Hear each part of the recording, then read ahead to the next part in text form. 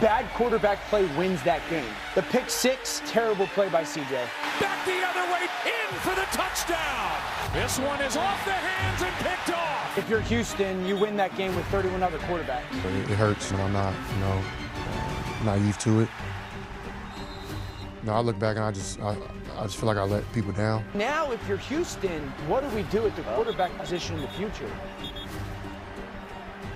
It was a tough outing for C.J. Stroud as the Texans fell to the Pats 28-16. Here's D'Amico Ryans on what his message to his quarterback was after the game.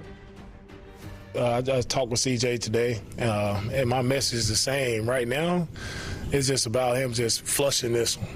Right, it's going to be a lot of negative talk, a lot of attention on him. He can't listen to it all. Right? He just got to get back to work in the offseason of going back to the basics, the fundamentals of playing the quarterback position, playing it really well, understanding how we need to play the game to win the game, right? And he understands that already.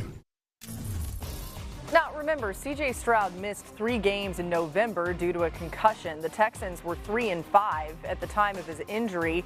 He played in Houston's final 8 games, including playoffs, and although the team went 7-1 in those games, his numbers were down from early in the season.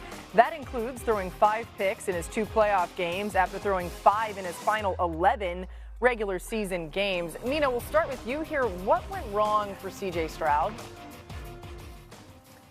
The way I would summarize it is he took a situation that was bad and he made it worse. Going back and watching Houston's office, I think what struck me outside of Stroud's mistakes, which I will get to, which was how many mistakes other people made in this game. The pass protection was disastrous. They could not run the football. A lot of stacked boxes. And the pass catchers had some pretty bad drops as well. And of course, not only he didn't have Nico Collins, you lose Dalton Schultz in that game.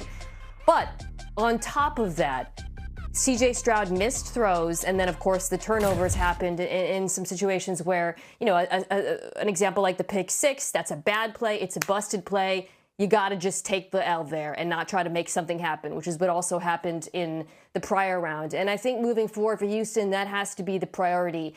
He's got to learn to let plays die. Because ultimately, I think that was probably the greatest undoing for him in this postseason, not just in this round, but in the wild card round as well. Yeah, so like the 31 quarterbacks thing, it's probably a little extreme, but we went into the playoffs sitting there saying there was 2 quarterbacks that you just couldn't lose the game for your team. Sam Darnold and then CJ. Sam Darnold did very little on Saturday night. His team won by 30-plus points. And when you watch CJ in the game, you're sitting there saying all you have to do is not make mistakes. And the way that your defense is playing, you got a chance to win. This is a touchdown, but the fullback is actually a defensive tackle. He sends the tight end in motion. They score on this play, but it's wiped away. Yeah. But you're C.J. Stroud. You should own the line of scrimmage and get that executed. This is on first down. This is the first interception. They're taking a double move shot. The safety bites. First down, I'm cool with you taking a shot to the end zone, but on first down, we just float this ball out to the sideline. That takes 3 points off the board. This is the keeper. The defensive end wins the rep. This is once again first down. Just throw the ball into the ground. But that gives New England 7 points. You just can't make that mistake. I'm not going to talk about the dropped interception. This is with 2 minutes to go in the half. You just had the 2-minute warning. It's first down. He's covered. You're too good of a player to try and make that throw, let alone make a bad throw. And I think that's what the puzzling thing was. We've had conversations about it. My opinion, I didn't see this version of CJ this year. Yeah. I don't think CJ was great this year, but CJ was good. And to watch what he was in the playoffs, in Pittsburgh, you're like, okay, one off. And then with New England, in the elements against that offense that is still young, with that defense dominating, that's what the puzzling thing was. And I do think that's going to, listen, this is a Super Bowl caliber defense. I do think this is still a Houston window, Mina, where you're like, hey, we got 2 years to win this thing. We have to have, I think they pick his 5th-year option up, yes. Yeah, we have to have a competent plan B. It was interesting in talking to Texans players even after they had beaten the Steelers to advance. They all said that it was CJ's aggressiveness that they kind of rallied around even when he had made mistakes. And it kind of, to your point here, some of that really bit him. Like it was almost like they were encouraging that a lot and then it didn't end up working out the way that they wanted it to. We'll keep an eye on what they do going forward. But let's talk about the Bears. They lost a thriller late against the Rams after an interception in overtime by Caleb Williams. He was asked about it yesterday. Here's what he had to say. Small things like that show up in those moments that, you may not have talked about, but being on the same page or talking about it, maybe week 1 or week 6, it shows up in week 18 or whatever week we're in. And so, it's something that to learn from for myself, a learning experience. It's something for us to learn from as an offense and as a team. And we'll go do that at some point. I mean, he made some incredible throws, but in the same token, even just moments before. Dan, what went wrong, though, ultimately for the Bears? Short yardage. Yeah. They lost the game because of short yardage, situational football. And credit the Rams defense. They made some really impressive plays in those moments, but they were good on early downs. But the reality was this is kind of what this team has been this year.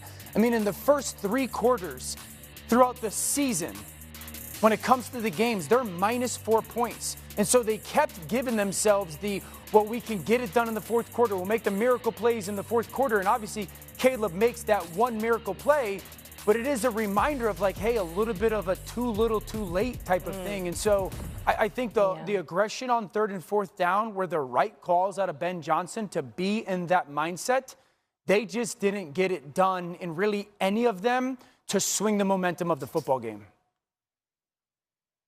So, look, obviously Caleb had his ups and downs over the course of that game, culminating with a throw that was an unbelievable up, and that has to be acknowledged. But I think what surprised me the most, not just in this game, but in the previous game, was the Bears' inability to run the ball in the postseason the way they did during the regular season.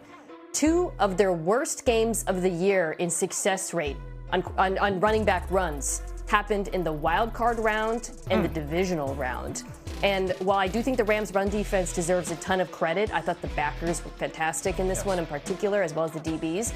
If you had told me during the regular season, Dan, that the Bears would get to 1st and 5 at the goal line and not punch it in, I would not have believed you, quite frankly. And so, I think just thinking as to why they didn't get to the NFC Championship, that's something that I would point to. This team did not live up to their regular season reputation on the ground in the playoffs when it mattered the most. Yeah, I think that's why we saw Ben get down there and go run, pass. I know a lot of people were critical of that, but if you're Ben Johnson, why would you not have? I would say this, something to pay attention to, because we were just talking about this with Seattle and Cooper Kupp and his willingness to be on the perimeter and blocking. You've seen it impact JSN and Shaheed.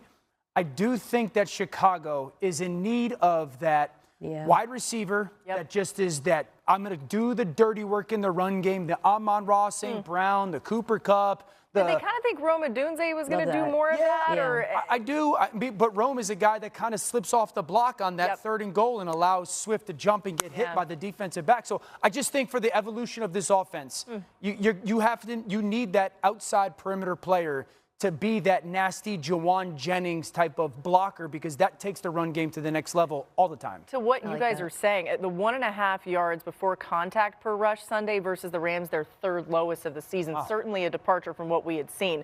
All right, new on NFL Live. Interesting, the Packers have released cornerback Trevon Diggs, making him a free agent when the new league year begins on March 11th. Of course, free agency will be here before we know it. Diggs played 2 games in Green Bay after being released by the Cowboys in late December. We'll see where he ends up next. Still to come, signed, sealed, and now official. John Harbaugh, the new head coach of the Giants. How will he shape Jackson Dart, redefine this offense? We got to figure out who his OC is going to be. And our Giants reporter, Jordan Renan, caught up with the new head coach. That's coming